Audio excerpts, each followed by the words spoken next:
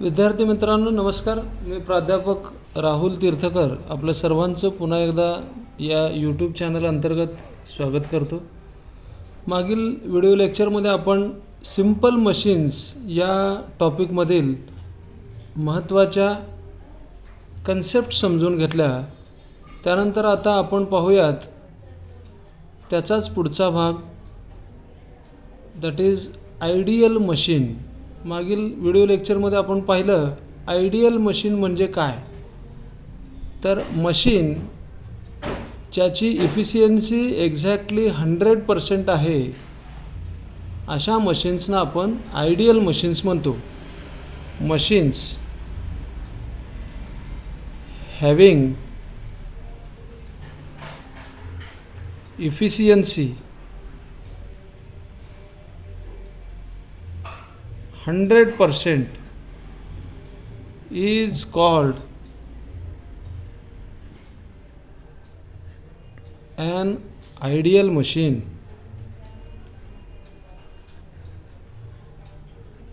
ज्या मशीनची इफिशियन्सी 100% असते अशा मशीन्सना आपण आयडियल मशीन असं म्हणतो.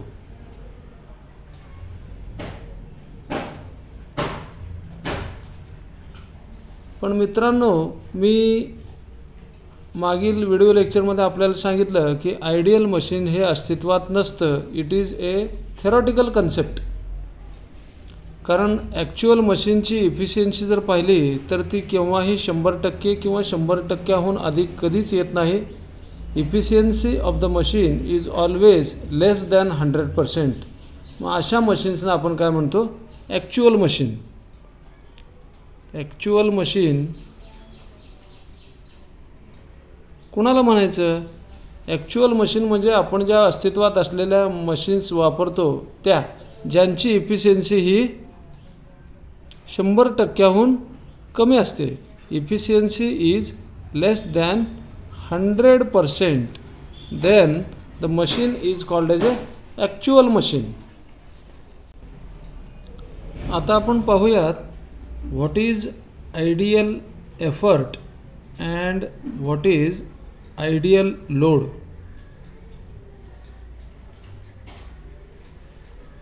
Ideal effort. Ideal effort is the effort required to lift the load. The effort required to lift the load when there is no friction.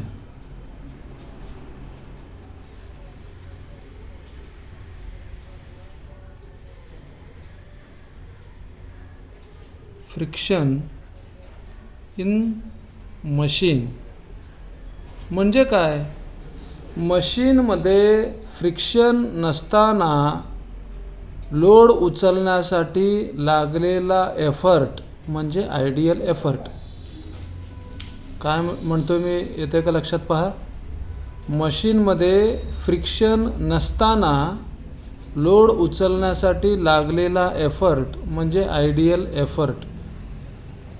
मग हा आयडियल एफर्ट जो आहे it is denoted by capital P small I, PI, and its unit म्हणजे काय? Ideal effort आपण कशामध्ये measure करणार आहे? That is Newton or kilonewton.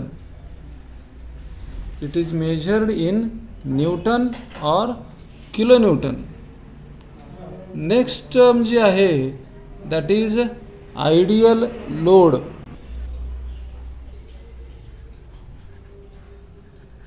Ideal load is nothing but the load which can be lifted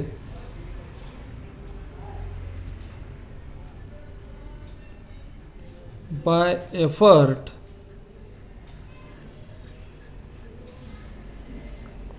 when there is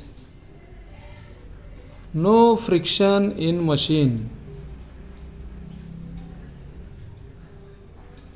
म्हणजे काय, मशीनमध्ये friction नसताना एक नॉन एफर्ट लावल्यानंतर किती लोड उचलला जातो तो लोड म्हणजे आयडियल लोड. आता फॉर एक्झाम्पल एखाद्या मशीनमध्ये फ्रिक्शन नाही आहे तर आपण काय, समजा आपण 15 न्यूटन इतका एफर्ट लावला. मशीनमध्ये फ्रिक्शन नसताना समजा आपण 15 न्यूटन इतका एफर्ट लावला तर 15 न्यूटन एफर्ट लावल्यानंतर किती लोड उचलला जातो that is nothing but ideal load. दरवेळी आपण काही 15 न्यूटनच एफर्ट लावणार नाही. फॉर एक्झाम्पल आपण इथे घेतोय. म्हणजे काय, मशीनमध्ये फ्रिक्शन नसताना एखादं नॉन एफर्ट म्हणजे काय, एफर्ट आपल्याला माहीत हवा त्यावेळी किती लोड उचलला जाईल that is nothing but ideal load. This ideal load it is denoted by capital W small I WI and its unit is again Newton or kilonewton. Ideal load हा न्यूटन किंवा किलोन्यूटनमध्येच आपण मेजर करणार आहोत. आता विद्यार्थी मित्रांनो, या ideal effort that is PI आणि आयडियल लोड WI याचे दोन फॉर्म्युले आहेत जे आपल्याला प्रॉब्लेम सॉल्व करण्यासाठी लागतात. ते फॉर्म्युले काय आहेत ते आता आपण इथं पाहूया. तर ideal effort PI, ideal effort म्हणजे PI, याच्यासाठी फॉर्म्युला आहे PI is equal to W divided by VR. जिथं PI म्हणजे काय आहे, आयडियल एफर्ट, आणि W म्हणजे काय आहे, W म्हणजे लोड.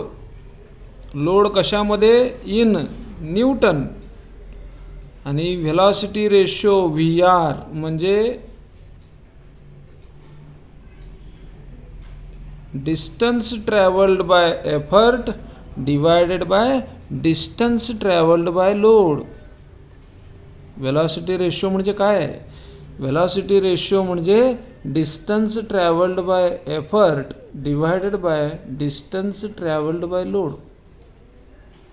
आणि या आयडियल लोडचा जो फॉर्म्युला आहे, आयडियल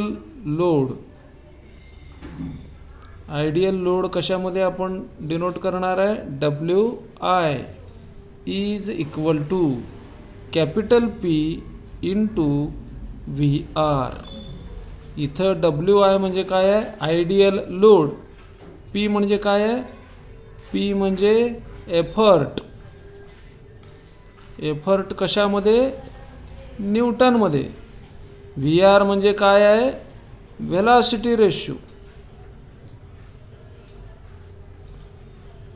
आणि व्हेलॉसिटी रेशोचा फॉर्म्युला काय आहे, velocity ratio VR is equal to distance travelled by effort, distance travelled किंवा moved by effort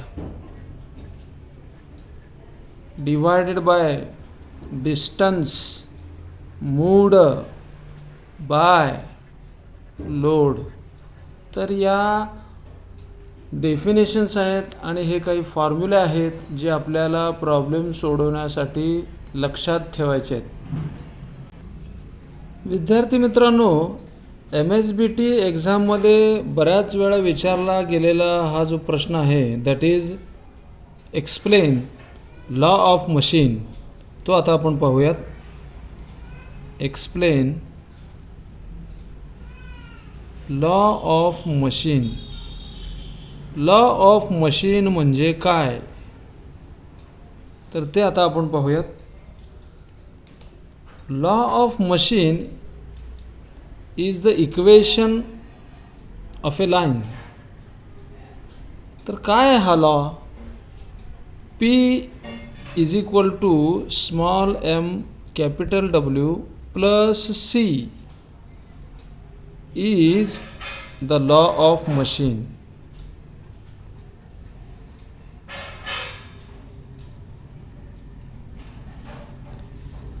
Capital P is equal to small m W plus capital C is the law of machine, where P is effort. P is effort in Newton. M is nothing but slope of line.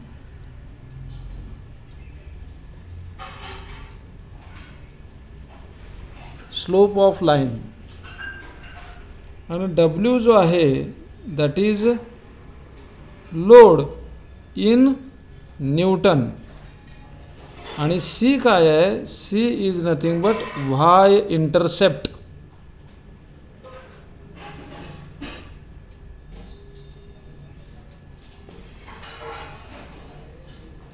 आता हे P is equal to MW plus C, what it represents, तो नक्की आपल्याला काय माहिती देतो ते आपण पाहूयात. आता इथं पहा, P म्हणजे काय? एफर्ट. W म्हणजे काय? लोड. मग P is equal to MW plus C is the relation. This law of machine P is equal to MW plus C is the relation between whom? Relation between this effort and load. Relation between load lifted and effort applied.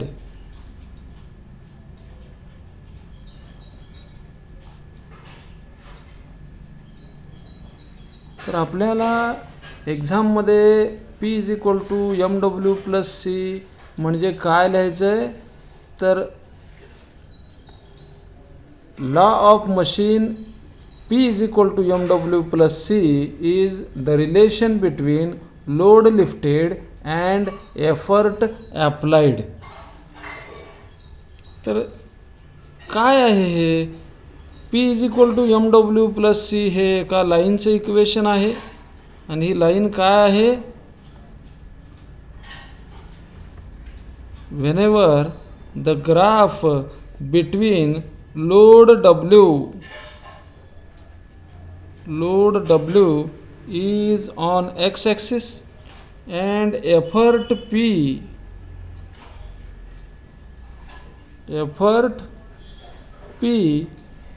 on y axis is plotted.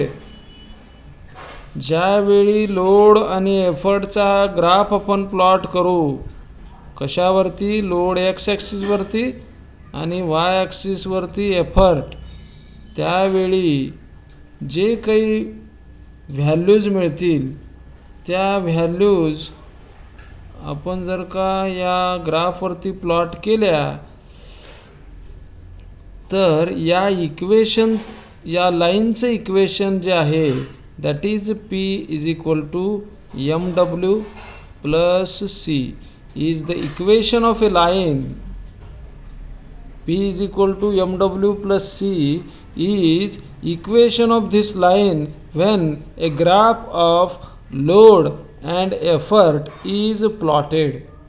Load is taken on x-axis, effort is taken on y-axis. आणि हा काय आहे? This is nothing but c, that is y-intercept.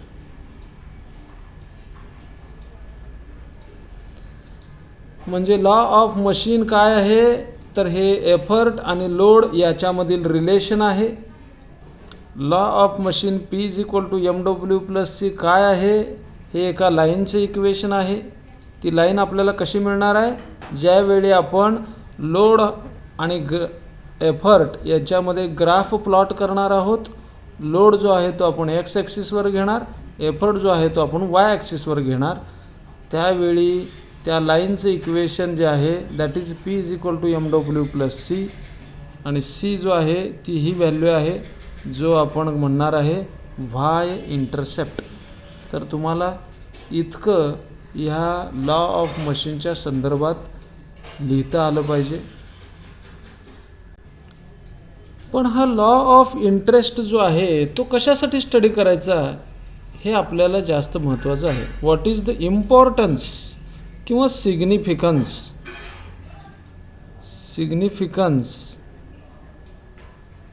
और importance कोणाचा? तर law of मशीनचा. What is the significance and importance of law of machine. आता law of machine आपण पाहिलं की P is equal to mw plus C. मग ह्याचा पहिला ॲडव्हान्टेज किंवा इम्पॉर्टन्स काय आहे? Y intercept can be calculated. Y intercept can be calculated. आता तुम्ही म्हणाल Y intercept can be calculated म्हणजे नेमकं काय याचा फायदा? वाय इंटरसेप्ट जे आहे that gives the value of friction in the machine. आता इथं नुसतं वाय इंटरसेप्ट मिळतो म्हणजे काय? वाय इंटरसेप्ट मिळतो याचा अर्थ काय? तर मशीनमधलं इंटरनल फ्रिक्शन किती आहे ती व्हॅल्यू म्हणजे ही व्हॅल्यू ऑफ सी आहे मित्रांनो. त्यामुळं Y intercept can be calculated म्हणजेच काय? Friction in the machine can be calculated. Friction in the machine can be found out. आपल्याला मशीनमधलं फ्रिक्शन फाइंड आउट करता येतं. दुसरा इम्पॉर्टन्स किंवा दुसरा याचा फायदा, ज्यावेळी तुम्हाला P ची व्हॅल्यू माहीत असेल you can calculate W. When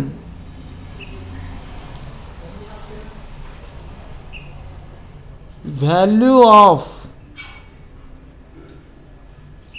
P is known, you can find out load lifted, that is W. म्हणजे तुम्हाला एखाद्या एफर्टची व्हॅल्यू जर माहीत असेल तर त्या एफर्टनी तुम्ही किती लोड उचलू शकता ते तुम्ही इथं काढू शकता. आणि त्याच्या उलट ज्यावेळी तुम्हाला एखादा लोड उचलायचा आहे तर त्याला किती एफर्ट लागेल तेही तुम्ही काढू शकता. थर्ड इम्पॉर्टन्स काय?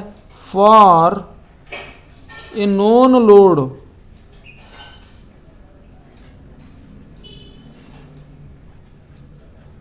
W you can find out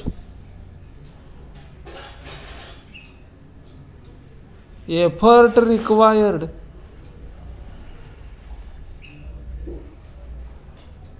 that is P. तुम्हाला जर P ची व्हॅल्यू माहीत असेल तर तुम्ही W किती उचलू शकता किंवा लोड किती उचलू शकता ते काढू शकता.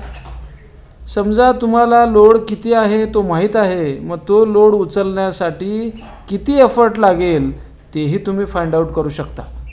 आणि सर्वात महत्त्वाचं, मशीनमध्ये किती फ्रिक्शन आहे ती व्हॅल्यू तुम्ही काढू शकता. This is the importance of law of machine.